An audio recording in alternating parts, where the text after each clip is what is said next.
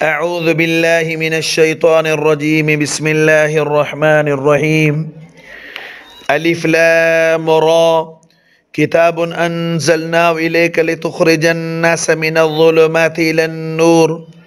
بإذن ربهم إلى صراط العزيز الحميد صدق الله مولانا العظيم يا رب صل وسلم دائما أبدا على حبيبك خير الخلق كلهم۔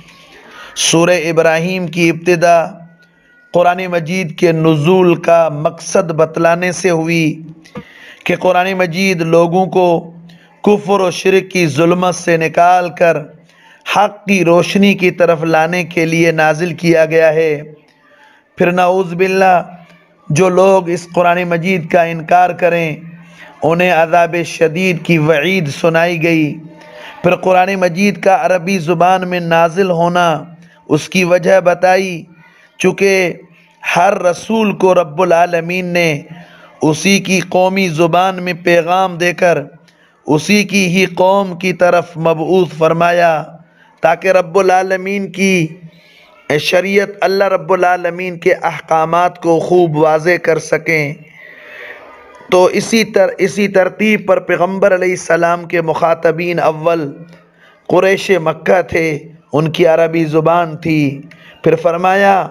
کہ موسیٰ علیہ السلام نے بھی اپنی قوم کی طرف تورات وہ اسی زبان میں تھا اور اسی غرض سے موسیٰ علیہ السلام کو بھیجا گیا تاکہ وہ اپنی قوم کو جہالت کی تاریکیوں سے نکال کر حق کی روشنی کی طرف لائیں۔ پھر اللہ تعالیٰ کے انعامات و احسانات یاد دلا کر قوم کو شکر گزار بننے کی تلقین فرمائیں۔ دوسرے رکوع میں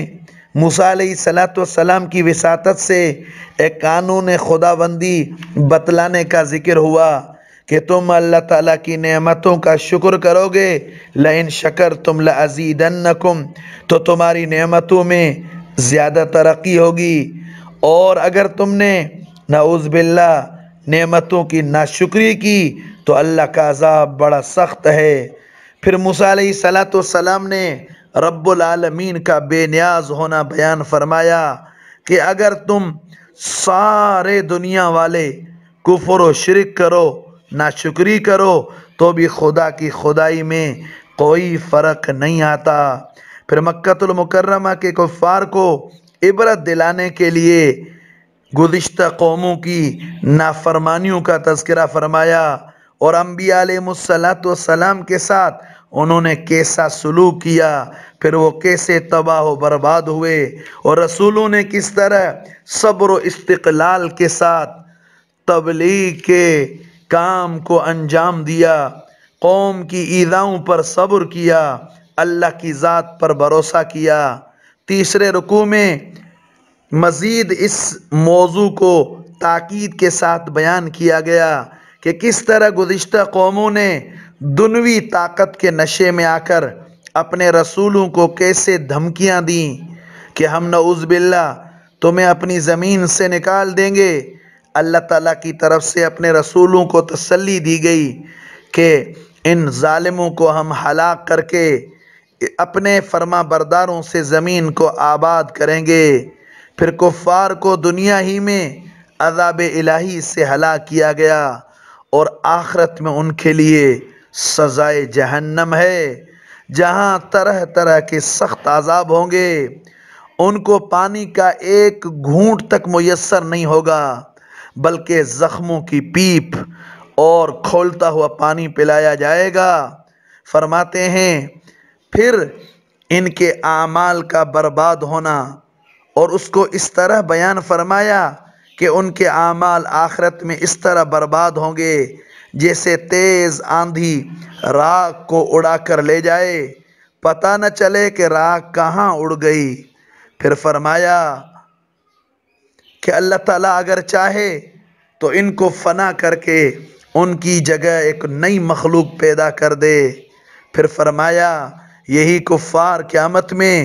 عذاب خداوندی کو دیکھ کر اپنے جو بڑے اور سردار ان سے کہیں گے ہم دنیا میں تمہارے ہی مرید تھے، تمہاری ہی بات مانتے تھے، آج اس عذاب سے بچانے میں ہمارا تعاون کیجئے، تو وہ لیڈر اور سردار اور جاہل لوگ کہیں گے کہ ہم خود عذاب میں گرفتار ہیں، تمہاری کیا مدد کر سکتے ہیں۔ اب یہاں سے آگے چوتھے رکوع کے اندر کفار کے بڑے لیڈر شیطان کا تذکرہ، جس وقت یہ سارے علیاذ باللہ جہنم میں داخل کر دیے جائیں گے، تو شیطان کے پاس یہ کفار لعن و طعن کرتے ہوئے جمع ہوں گے، سارا الزام شیطان پر ڈالیں گے، تو شیطان لعین انہیں جواب اس طرح دے گا، ان اللہ وعدکم وعد الحق، خدا نے جو وعدے کیے وہ سب سچے تھے، ووعدتکم فاخلفتکم، میں نے جو وعدے کیے وہ جھوٹے تھے۔ اور پھر آگے کہا ما کان لی علیکم من سلطان، تم اپنی گمراہی کا الزام مجھ پر کیوں ڈالتے ہو، کیا میرا تمہارے اوپر کوئی زور تھا، الا ان دعوتکم، میں نے تو گمراہی کی طرف بلایا، تم خود ہی اپنے اختیار سے آ گئے، آنکھیں بند کر کے میری تقلید کر لی۔ فرمانے لگے قرآن مجید میں، پھر وہ شیطان کہیں گے فلا تلومونی،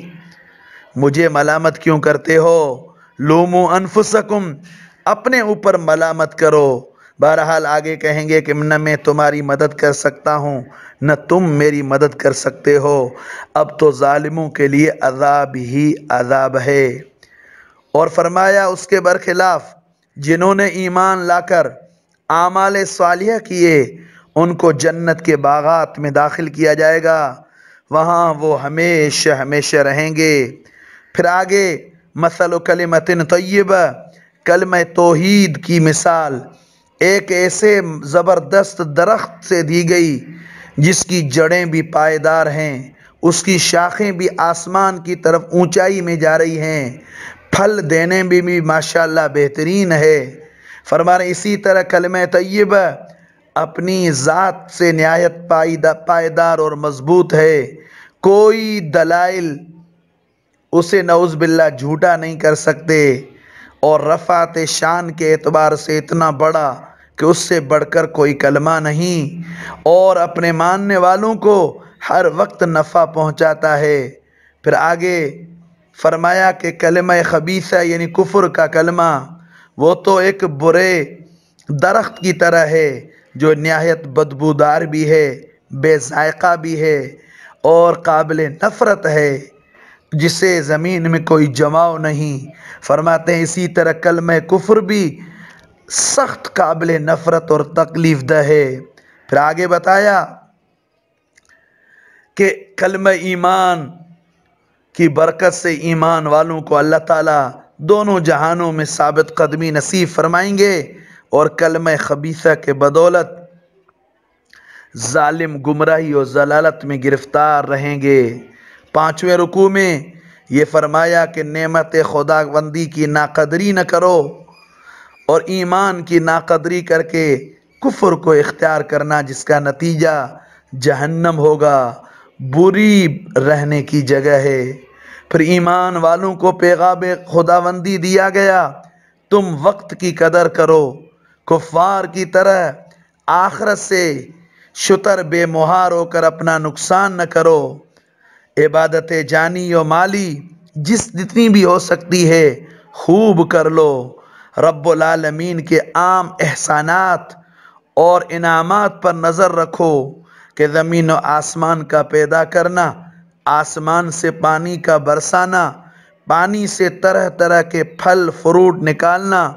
چاند سورج کو پیدا کر کے ان کو مسخر کرنا، رات اور دن کو پیدا کرنا،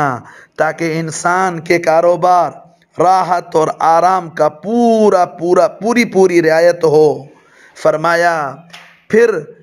اللہ تعالیٰ کے بے شمار انعامات اور احسانات جن کی گنتی بھی ناممکن ہے، ایسے عظیم منعم کو چھوڑ کر دوسروں کی عبادت کرو گے اور رب العالمین کی نافرمانی کرنا کس قدر ظلم اور بے انصافی کی بات ہے۔ چھٹے رکوع میں ابراہیم علیہ السلام اور اس کی دعا کا تذکرہ ہے، جس نے اپنی اولاد کے لیے شہر مکہ کے بسنے کی دعائیں کی اور رب العالمین کی پھر حمد و ثنا اور شکر گزاری کا تذکرہ کیا کہ مولا آپ نے مجھے بڑھاپے میں اسماعیل و اسحاق علیہم السلام جیسے سعادت مند فرزندوں سے نوازا، اور پھر ابراہیم علیہ السلام کی وہ عظیم دعا کہ مولا مجھے اور میری اولاد کو لیقیم الصلاۃ نماز کا پابند اور اسلام پر قائم رہنا یہ نصیب فرمانا۔ پھر وہ عظیم دعا رب اجعلنی مقیم الصلاۃ ومن ذریتی ربنا وتقبل دعا ربنا اغفر لی، مولا مجھے معاف کرنا، تمام مومنوں کی مغفرت کی پھر دعا کی۔ 7ویں رکوع میں یہ بتایا کہ ظالموں، خدا تمہارے ان ظلموں سے بے خبر نہیں، بلکہ یہ مہلت دی جا رہی ہے، اور جب یہ مہلت ختم ہو جائے گی تو پکڑ آئے گی، اس وقت ان کی آنکھیں کھلی رہ جائیں گی، ان کے دل بدحواس ہوں گے۔ پھر فرما رہے ہیں جس دن یہ ظالم عذاب دیکھیں گے کہیں گے مولا ہمیں تھوڑے دنوں کی اور مہلت دیجئے، ہمیں اگر دنیا میں پھر جانا نصیب ہو جائے تو نجب دعوتک، ہم آپ کی دعوت کو قبول کریں گے، آپ کے رسولوں کا اتباع کریں گے، جس پر انہیں کہا جائے گا پہلے تم نے قسمیں نہیں کھائی تھی۔ فرماتے ہیں اب دنیا میں کہاں جانا، یہ ناممکن ہے۔ فرمایا اب تو اس کا نتیجہ ہی بھگتو۔ پھر اس دن تر المجرمین یومئذ مقرنین فی الاسفاد، مجرموں کو زنجیروں میں جکڑا ہوا ہونا بیان کیا، اور ان کو آگ میں دھکیل دیا جائے گا۔ ہر مجرم کو اس کے کیے ہوئے کی سزا ملے گی۔ پھر آخر صورت میں یہی بیان دوبارہ دہرایا گیا کہ قرآن تمام لوگوں کے لیے احکام کا پہنچانے والا ہے، تاکہ اس کے ذریعے سے عذاب الہی سے انسان ڈرے اور یقین کرے کہ وہی معبود برحق ہے، اور جو عقل مند ہیں وہ نصیحت حاصل کرتے ہیں۔